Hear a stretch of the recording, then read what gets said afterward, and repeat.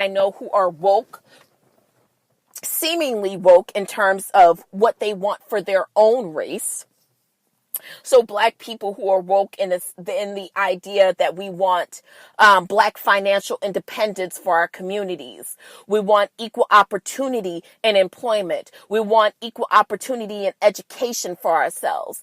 But I think that when you look at it from the standpoint of just for ourselves, I think that we are neglecting the fact that I am you and you are me. So I don't just want that for myself. I want that by and large for everyone. You know, if I make it just about this kind of separation, you know, I'm not a separatist.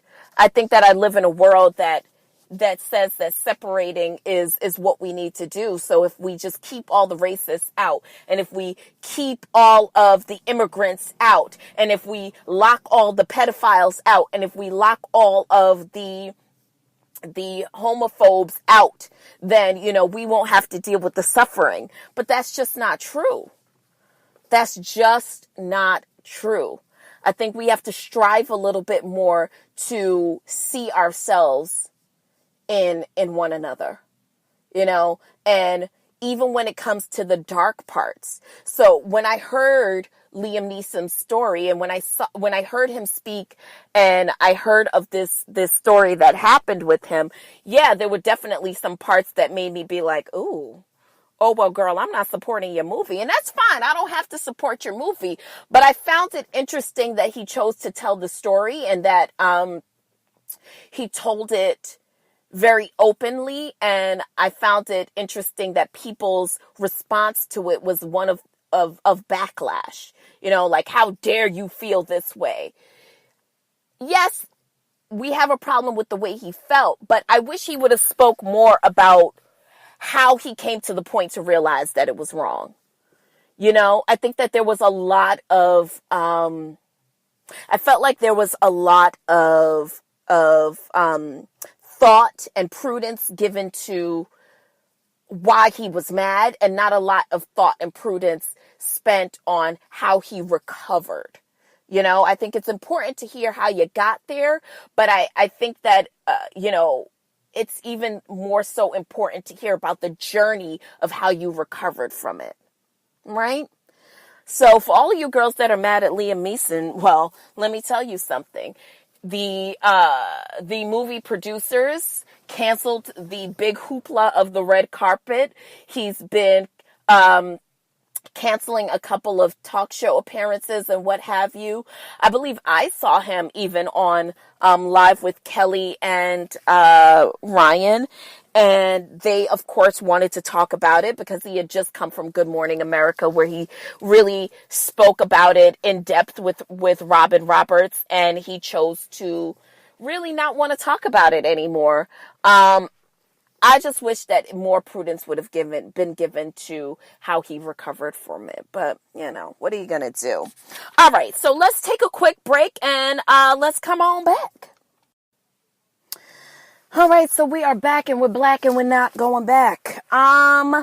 So it turns out that Toni Braxton and Birdman are still one breaking each other's heart. Yeah. They both posted their individual iOS statements about still being in love and what have you. I'm not the only one who doesn't understand it, but you know what? Good for them. I am so happy for her. Hopefully this is like, I don't know. Hopefully it works out. Because listen, we've all gone out with somebody that everybody has been like, bitch, raised eyebrows. What the fuck are you doing with him? Or what the fuck are you doing with her? You know, oh yes, we all have. We've all messed with someone where everybody around us was like, girl, why for come? So, you know, whatever. So have you guys seen the latest covers to come? Our girl Sierra Cece will be featured on, I want to say, the Arabian issue of Elle magazine. And then Justin and Hailey Bieber will be featured on the March issue of Vogue, if I'm not mistaken. And then we've got a couple of our faves. Cardi B will be featured on the March cover of Harper's Bazaar. So, listen, the last time Cardi B came in contact with anything from Harper's Bazaar, she left with a big lump on her forehead, shoeless. So, congratulations to the girls for the covers. Yes. Round of applause. And that's not even a Nancy Pelosi applause. That's like a real applause. So, yeah, good for you. All right. What else? Do we have anything else that we need to wrap up this week? Anything else that we need to get into? I can't think of anything. So why don't we just go on ahead and pull up and have our pull up session? Why don't we? I wanted to get into this week, the principles of interbeing. And for many of you who may not know what interbeing is, it's the whole idea that your existence depends on the existence of all other beings. It is a term that is, often used when it comes to the talk of separation and the whole idea of human beings, a hyphenated word, humans actually being in existence in the world, not just existing, but being. So everything you do in the world comes back to you. We all know that. But the idea that we live in a culture of judgment versus a culture of empathy is something that a principle of interbeing that we really don't often get into for whatever reason. The whole idea surrounding the thoughts of the principles of interbeing is, and this is much like what we talked about as it refers to the Liam Neeson story, is what is it like to be you?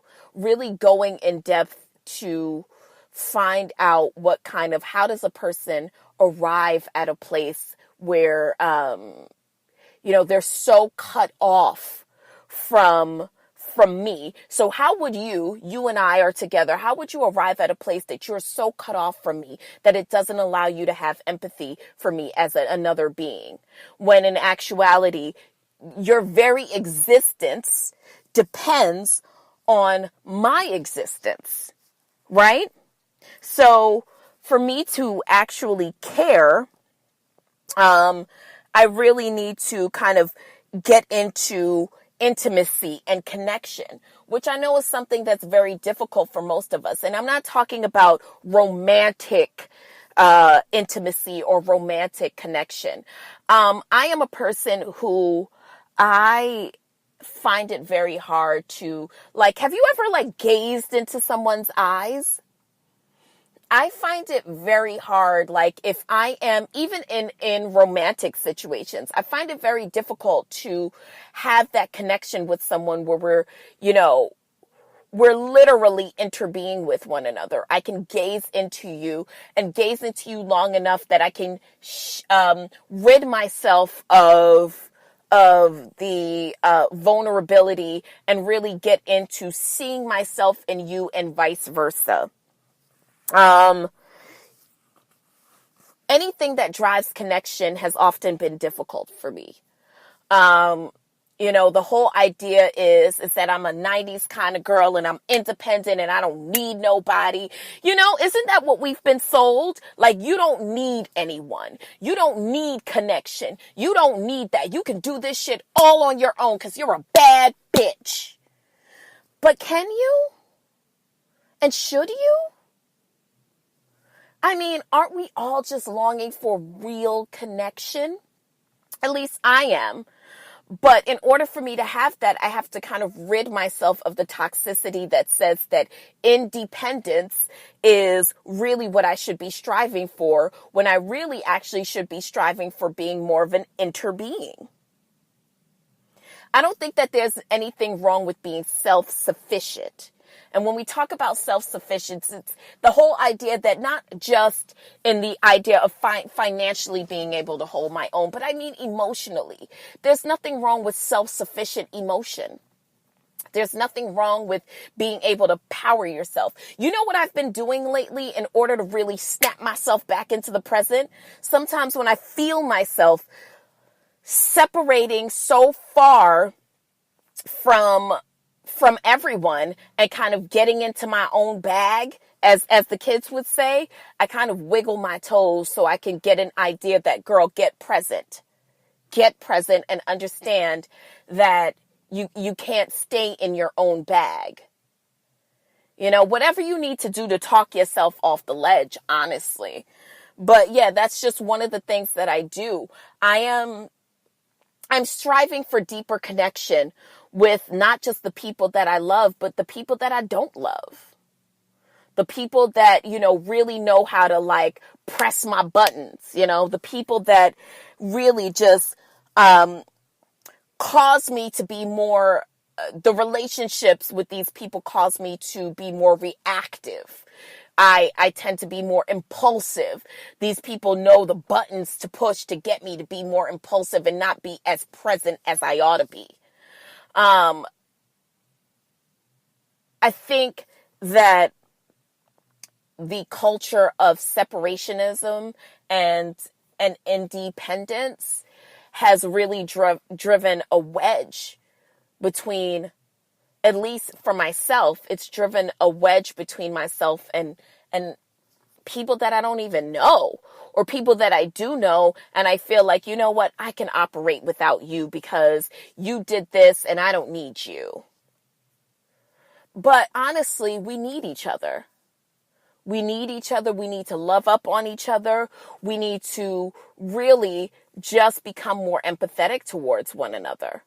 And I find that for myself, the way that I try to do that is creating a culture of less judgment.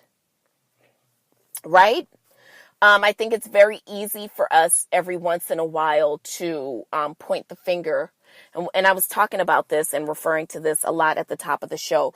I think it's often easy for us to point the finger and see the flaw in someone else's eye, especially when we're not looking into their eyes.